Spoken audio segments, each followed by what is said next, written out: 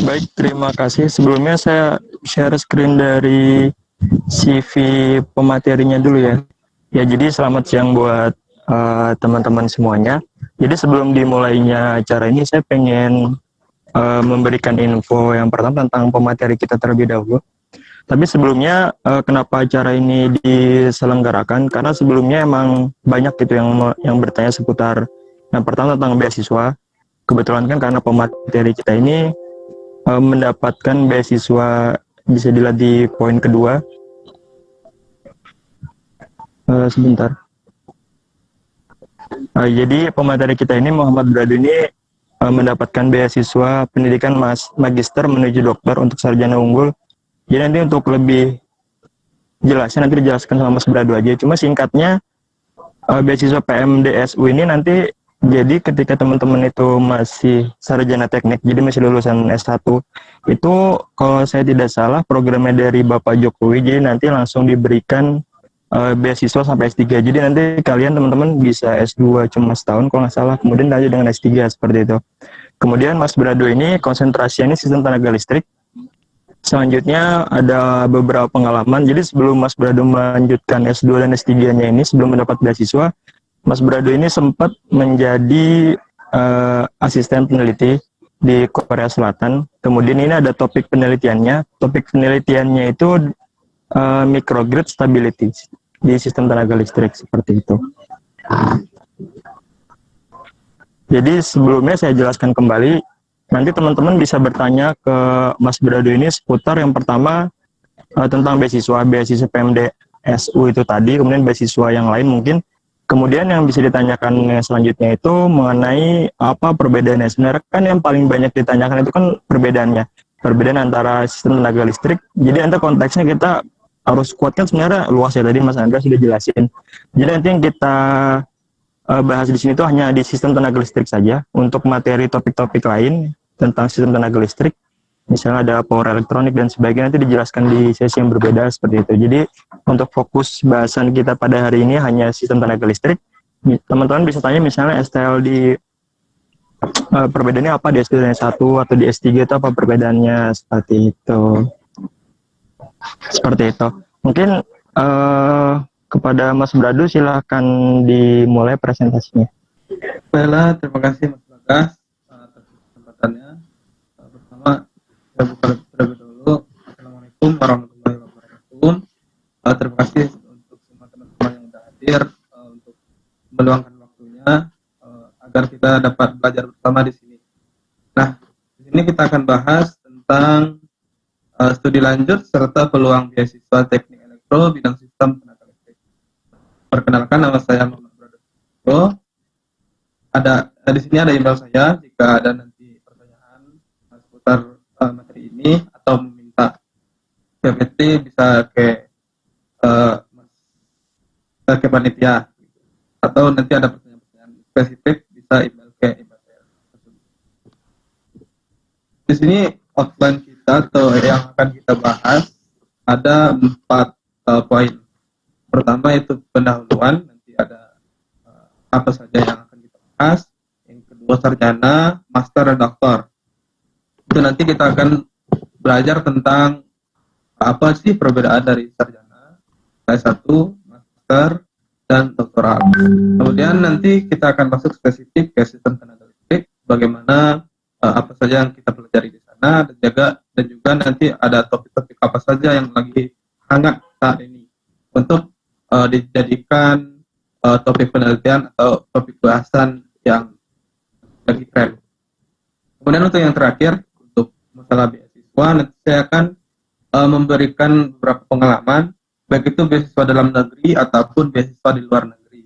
Nanti saya akan memberikan info-info agar teman dapat lebih mudah untuk mencari beasiswa. Untuk tadi, saya lanjutkan ya. Tadi untuk outline-nya apa saja yang akan kita bahas. Kita mulai dari pendahuluan. Nah, kita mulai dengan teknik elektro terlebih dahulu. Teknik elektro itu adalah bidang ilmu yang mempelajari listrik dan aplikasinya dalam kehidupan sehari-hari. Jadi kita mempelajari tentang listrik, yaitu kita mempelajari hal-hal yang tidak nampak. Itu, jadi kita harus membayangkan dalam bayangan kita atau imajinasi kita masing-masing. Nah, di sini mahasiswa akan dibekali dengan ilmu dan pengetahuan seputar konsep, perancangan, pengembangan, serta produksi perangkat listrik atau elektronik.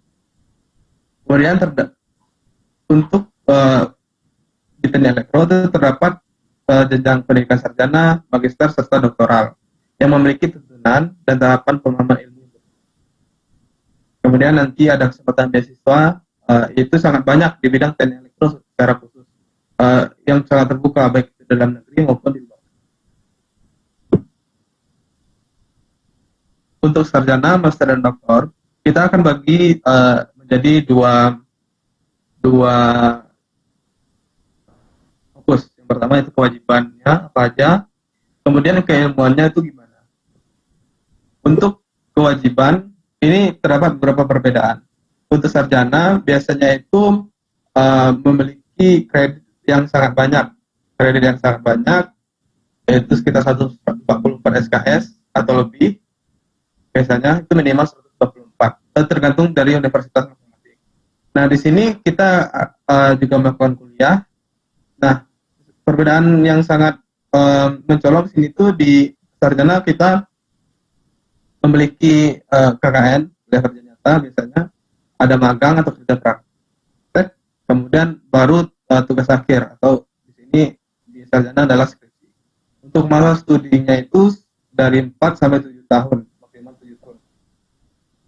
Untuk normalnya itu secara kurikulum adalah 4 tahun. Atau juga yang bisa lebih cepat itu 3,5 tahun juga bisa lulus. Kemudian untuk magister atau S2 nanti SKS-nya itu bakal lebih sedikit dan isinya itu cuma kuliah dan tugas akhir. Jadi untuk 1 tahun pertama biasanya full untuk kuliahnya, kemudian baru tahun kedua fokus ke penelitian atau tesis.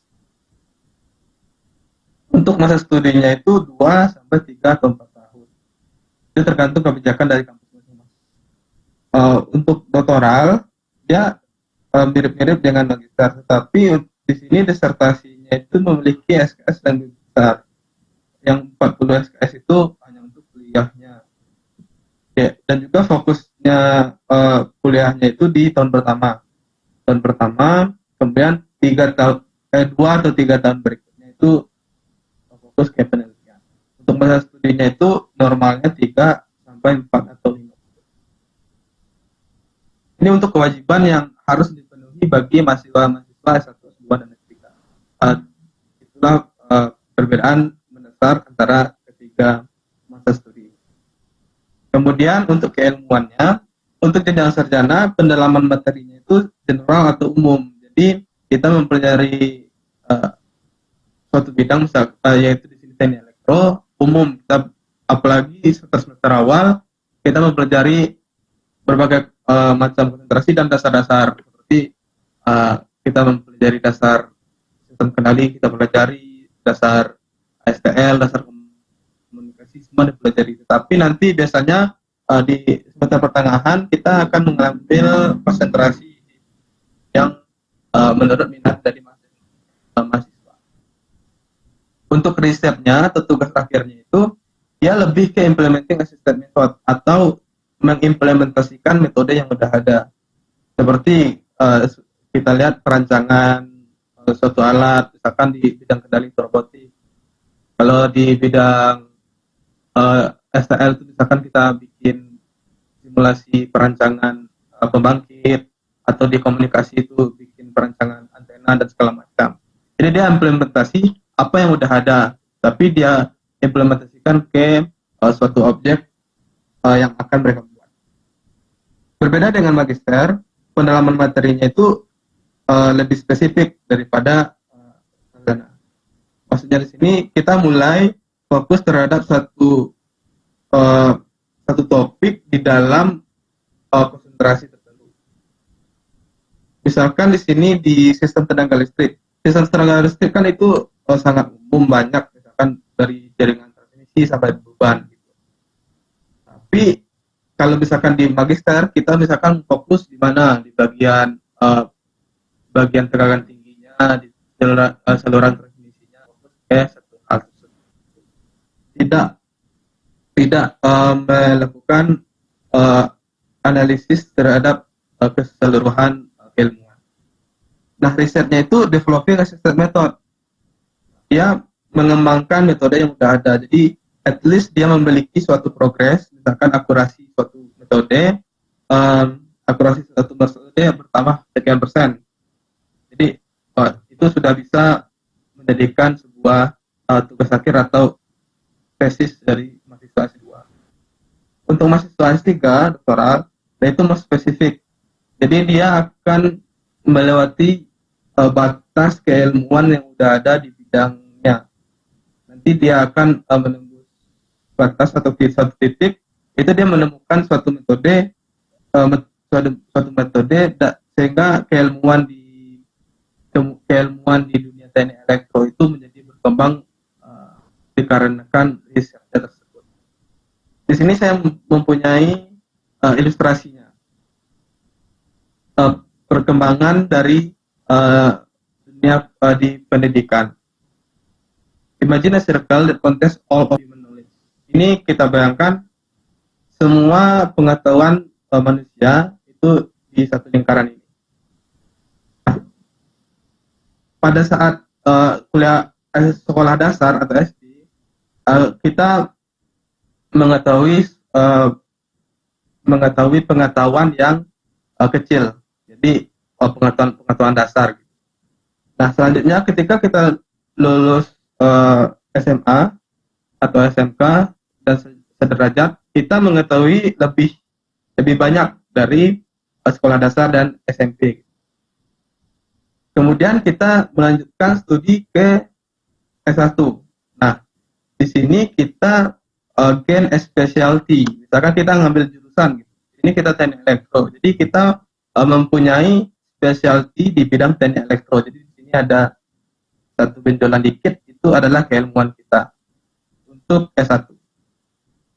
Untuk S2, dia lebih spesifik lagi. Master degree depends on that specialty. Jadi di teknik elektro kita fokus kemana? Misalkan di sistem tenaga listrik kita fokus ke renewable energy. Jadi dia lebih spesifik, lebih dalam.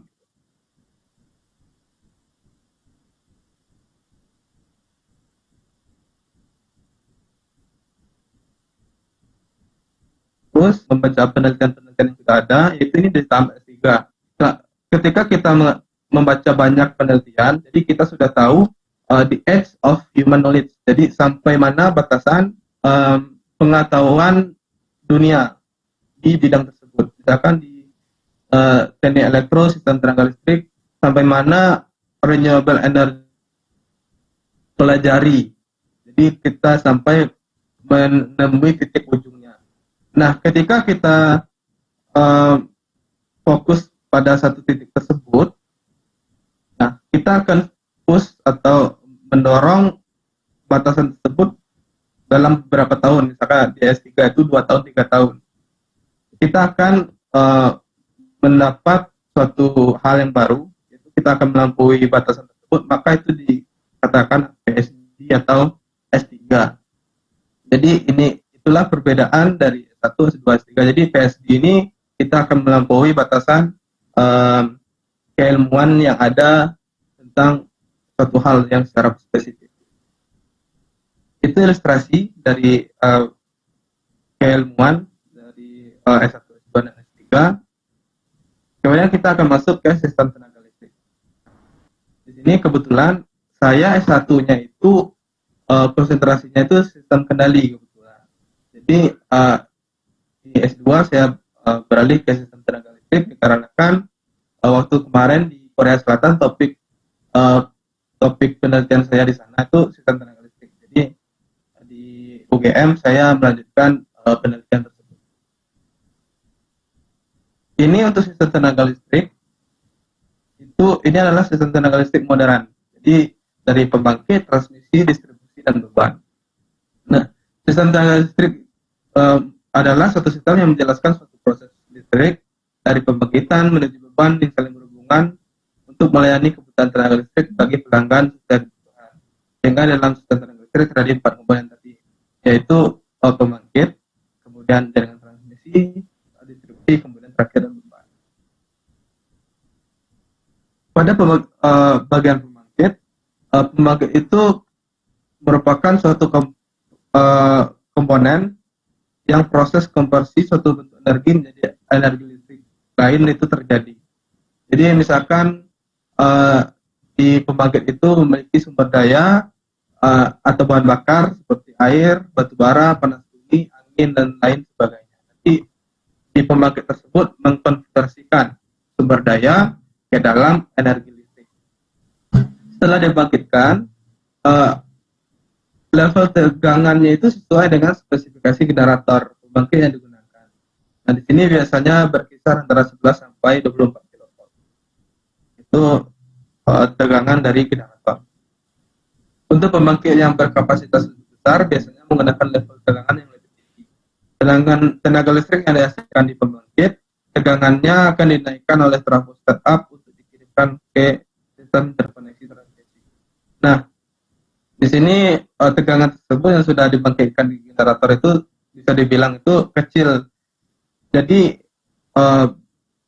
ketika kita ingin mengirimkan listrik itu ke beban, biasanya dikarenakan pembangkit itu lokasinya itu sangat jauh dari lokasi beban, misalnya di pinggir pantai. Jadi ketika kita ingin mengirimkan listrik itu, kita membutuhkan tegangan yang besar agar losses atau kehilangan daya pada proses pengiriman itu menjadi minimal. Nah, makanya dibutuhkan trafo step up atau menaikkan tegangan, kemudian akan menurunkan arusnya. Selanjutnya jaringan transmisi. Nah, untuk jaringan transmisi itu bagian dari sistem tenaga listrik yang berupa sejumlah konduktor yang dipasang membentang sepanjang jarak antara pusat pembangkit sampai pusat beban. Nah, jaringan inilah yang mengirimkan energi listrik yang dihasilkan generator, kemudian akan dikirimkan ke beban melalui jaringan ini. Biasanya seperti saluran udara ekstra tinggi, seperti sutet dan segala macam, seperti di gambar. Nah, di sini tegangannya sangat tinggi.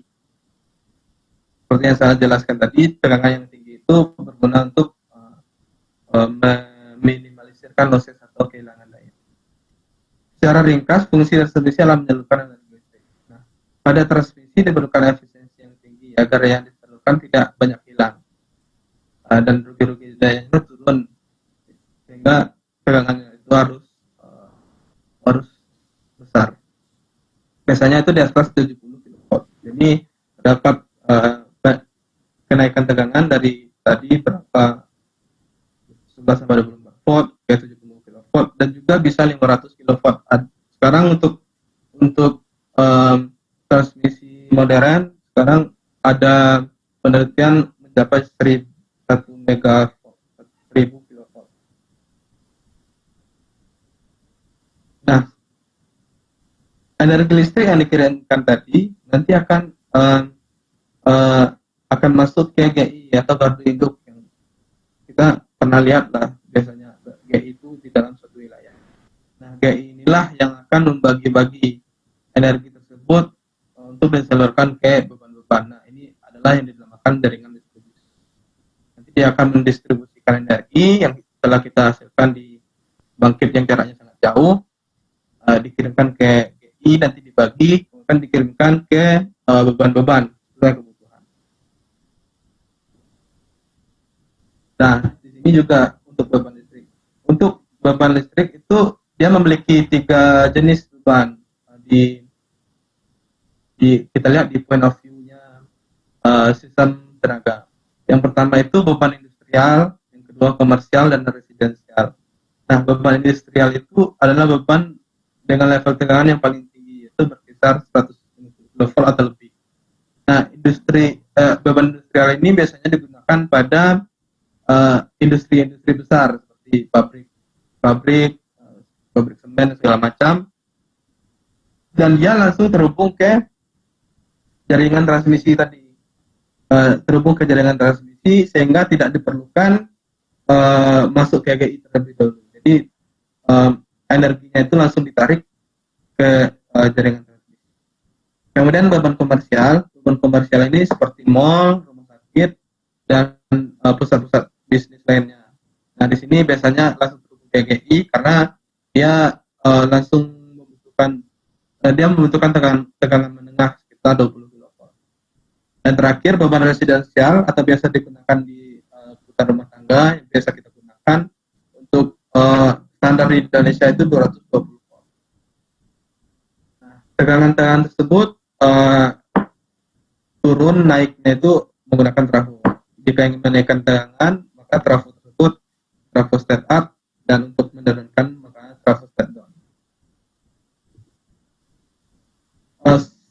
Itu untuk pendahuluan tentang sistem tenaga listrik secara umum. Nah, di sini saya akan menjelaskan apa saja sih penelitian yang lagi tren sekarang, apa saja yang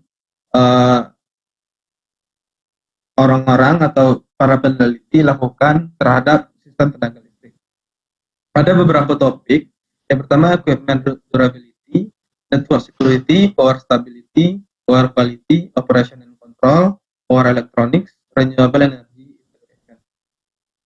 Yang pertama, untuk sistem durability atau equipment durability, itu seperti sistem protection atau sistem proteksi.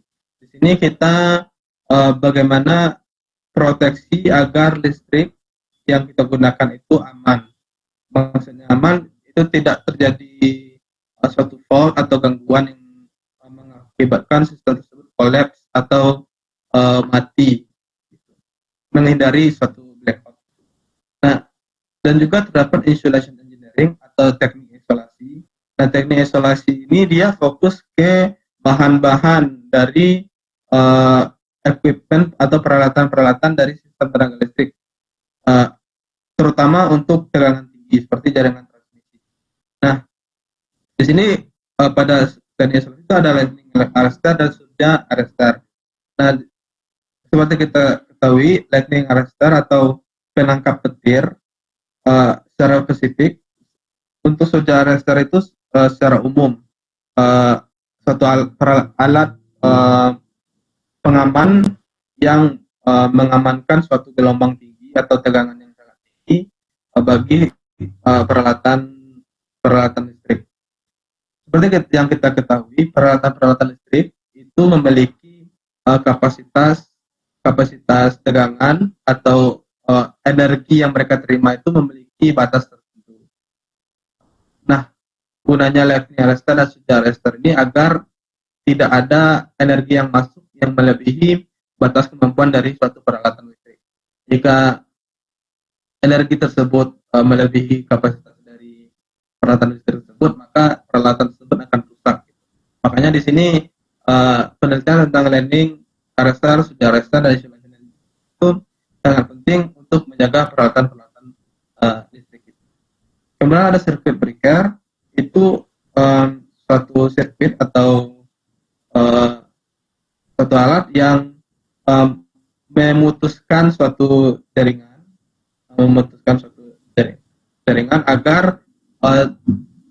agar fault atau kegagalan itu tidak terjadi makin meluas. Gitu.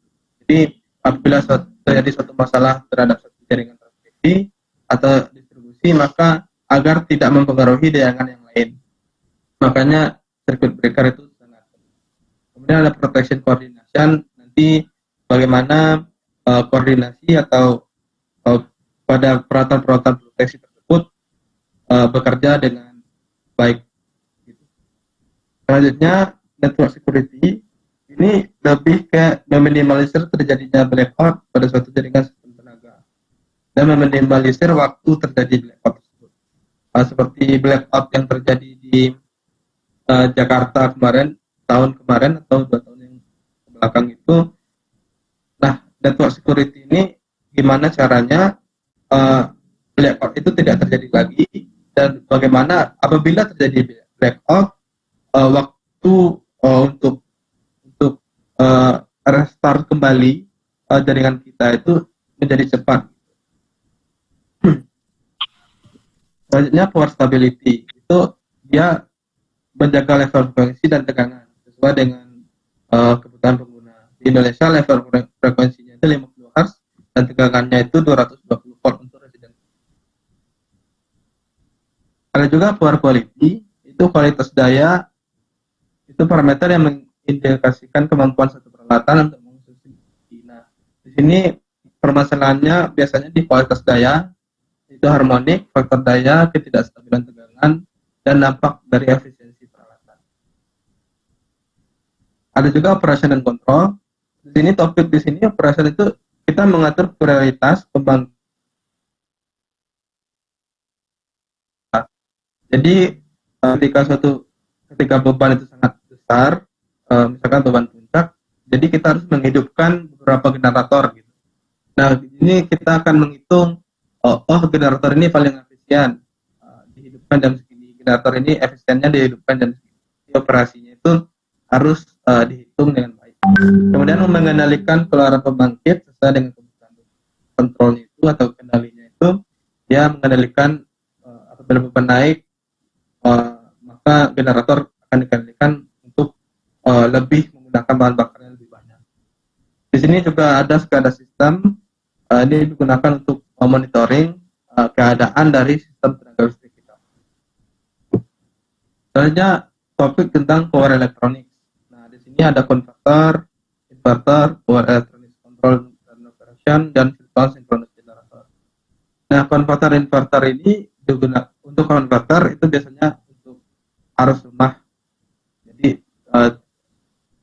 tegangan rendah maksudnya, tegangan rendah. Jadi untuk konversi DC-DC biasanya digunakan untuk renewable energy karena membutuhkan nanti ada algoritma MPPT namanya untuk seperti digunakan pada fotovoltaik.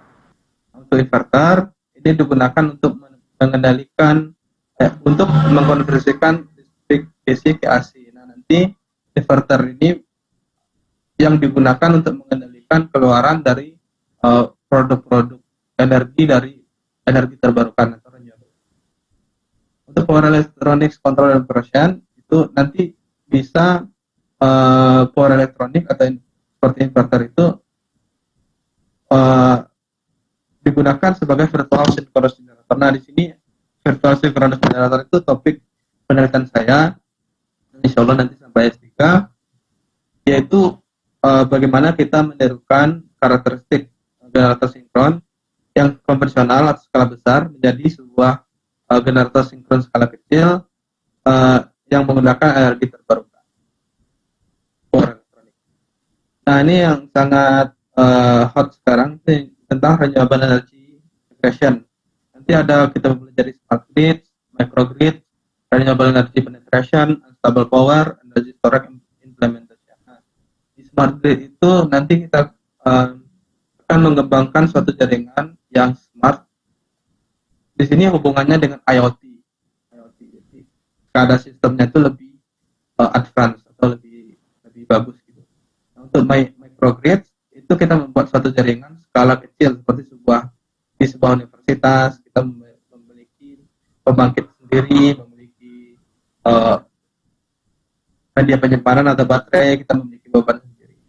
Nah, untuk renewable energy penetration ini satu masalah yang sangat tren sekarang karena ketika kita menyambungkan suatu sumber daya energi terbarukan, itu akan menjadi tidak stabil dari jaringan grid utama atau jaringan utama dari PLN. Ini juga ada penelitian tentang energy storage atau baterai yang sangat hot sekarang. Nah, selanjutnya setelah kita bahas-bahas tentang sistem tenaga listrik, ini saya akan share tentang beasiswa, baik itu beasiswa dalam negeri dan beasiswa luar negeri. Kebetulan saya punya pengalaman di kedua hal. Untuk beasiswa dalam negeri, kita bisa cek di Lembaga Pengelolaan Dana Pendidikan atau LPDP. Nah, beasiswa ini biasanya mencakup semua dana, baik itu untuk bulanan dan SPP. Nah, bisa dicek, itu ada linknya, bisa dicek juga. Nah, di sini yang selanjutnya itu pendidikan magister menuju doktor untuk sarjana unggul. Ini diselenggarakan atau diberikan oleh Kementerian Ristek Dikti, atau Ristek Teknologi dan Pendidikan Tinggi. Itu ada websitenya juga, bisa diklik. Biasanya pembukaannya itu pertengahan tahun, tapi kayaknya yang sekarang itu lagi penghujung deh. Mungkin untuk yang tahun depan teman-teman mau apply itu bisa cek terus dari bulan Mei lah, dari bulan Mei itu harus sering cek. Nah, skemanya ini untuk sesuai pengalaman saya untuk pendidikan menuju dokter itu kita melaksanakan S2 dan S3 secara terintegrasi atau langsung gitu. Nah, nanti juga ada kebijakan dari kampus masing-masing.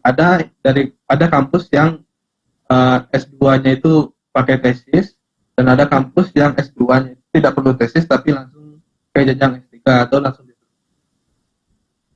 Nah, di sini waktu pendidikannya 4 tahun. Jadi teman-teman bisa menghemat waktu. Setelah S1 bisa langsung apply ke beasiswa PMDSU. 4 tahun kemudian teman-teman sudah bisa menjadi dokter. Jadi emang ini untuk teman-teman yang ingin menjadi dokter muda sangat cocok untuk beasiswa ini. Nah, untuk beasiswa lain itu ada beasiswa internal universitas seperti yang dijelaskan Mas Andreas tadi. Internal universitas masing-masing jika mereka memiliki kesempatan beasiswa bagi mahasiswa yang ingin melamar. Yang keempat, beasiswa Kominfo ini juga khususnya di UGM ya. Di UGM ada beasiswa Kominfo yang memiliki skema jika kalian ingin mendaftar di UGM S2 misalnya. Dia memiliki skema tes khusus yang bakal menerima beasiswa Kominfo. Jadi kesempatannya sangat terbuka jika teman-teman ingin melanjutkan kuliah dengan tidak menggunakan dana sendiri. Dan juga untuk tambahan juga ada beasiswa dari lembaga-lembaga swasta gitu, lembaga-lembaga swasta seperti bank dan segala. Selanjutnya untuk beasiswa luar negeri, LPDP juga memberikan beasiswa, tapi sekarang LPDP itu dia lebih spesifik kayak kampusnya. Jadi kampus-kampus unggulan saja yang mereka berikan provide beasiswanya. Jadi sekitar cuma 50-an gitu. Lebih kompetitif daripada tahun-tahun awal LPDP. Kemudian beasiswa internal universitas. Jadi ketika kita ingin jika teman itu giat dan ulet gitu cari-cari beasiswa, ketika kita cek website kampus yang kita tuju, biasanya mereka itu ada beasiswa internalnya, beasiswa internal dari universitas. Dan juga beasiswa pemerintah negara tujuan. Misalnya kita ingin ke negara mana, terus kita cek beasiswa, misalkan di Korea gitu. Di Korea itu ada KGSP namanya, Korea Government Scholarship. Jadi ketika teman-teman ingin lihat beasiswa di negara tujuan, bisa saja misalkan beasiswa di Korea jurusan apa gitu, bisa saja di Google apa, di bakal muncul. Kan teman-teman mau pengen ke Arab Saudi, itu biasanya kalau untuk teknik di negara Timur Tengah itu sangat besar peluangnya, karena negara-negara Timur Tengah sekarang teknologi itu mereka sekarang sangat open dan investasinya sangat. Dan juga beasiswa laboratorium. Kemarin saya di Korea itu dia dengan skema beasiswa ini, beasiswa laboratorium. Jadi skemanya itu kita menghubungi profesor di suatu kampus dan kita bakal jadi asisten penelitinya. Kemudian dia akan provide kita apapun yang kita butuhkan, dia akan provide.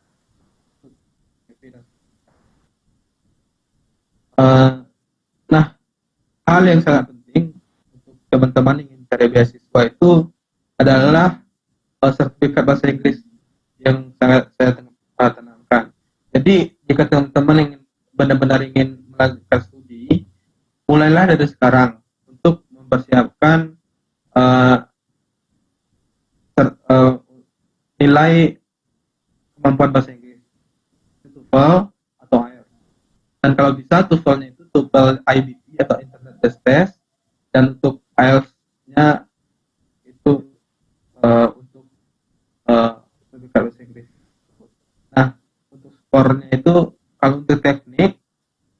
IBT-nya itu usahakan di atas 80 dan IELTS-nya itu di atas 6 dan lebih aman di atas 6,5 karena yang nilai IELTS skor 6 itu biasanya diterima itu di Asia, contohnya di Asia Timur, Asia Timur seperti Jepang, Korea, Cina, Taiwan, itu mereka menerima IELTS dengan skor 6. Untuk negara-negara Eropa dan Amerika itu di atas 6,5 jurusan teknik. Untuk TOEFL IBT kalau untuk Asia itu di atas 80, ada spesifik seperti Singapura atau negara Timur Tengah itu mereka di atas 60, IELTS-nya di atas 6,5. Jadi tergantung negara tujuan kita. Nah sekarang lebih baik untuk mempersiapkan daripada nganggur-nganggur gitu, mending kita mulai belajar gimana sih tes IELTS dan TOEFL IBT. Nah ini untuk informasi beasiswa, teman-teman bisa akses beberapa ini yang pengalaman saya mereka sangat membantu. Contohnya PPI negara tujuan. Jadi PPI negara tujuan itu mereka biasanya share beasiswa dan teman-teman juga bisa chat ke DM PPI negara tersebut. Kak, ada beasiswa nggak untuk jurusan ini? Gitu. Mereka bakal open untuk memberikan saran kepada kalian. Sebenarnya ini akun-akun Instagram yang biasanya mereka aktif untuk memberikan info-info tentang beasiswa. Itu ada beasiswa Indo, info beasiswa, guru beasiswa.